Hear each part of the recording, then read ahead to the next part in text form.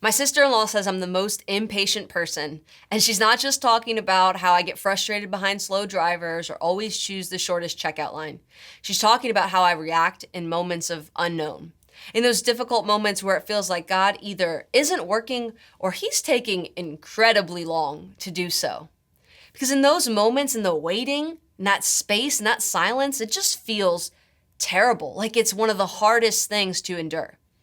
This week, we're looking at Jesus' crucifixion and resurrection, and yesterday we celebrated Jesus declaring it is finished on the cross. But today, we got to talk about Saturday, the in-between day, the day after the chaos when the dust began to settle, but it looked like it all settled to nothing. This is what it says in the Gospel of Matthew. Joseph, a follower of Jesus, took the body and wrapped it in a long sheet of clean linen cloth.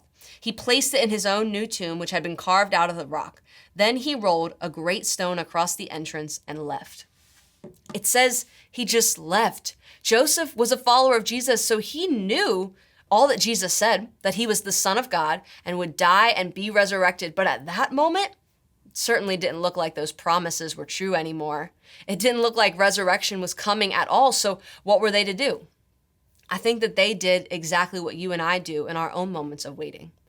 They just moved on and acted like it may never happen. Joseph and the rest of the disciples just went home, tried to brace themselves for the reality that the promise may never be fulfilled. But we know the story, right? We're on the other side of things and thinking, just wait, don't go home, don't give up. You have no idea what's coming. God is not done working. My sister-in-law says I'm impatient because in my moments of waiting, I act like the disciples. I brace for impact, assume the worst, that it's never going to happen. But every time, God has been faithfully working beyond anything I can see.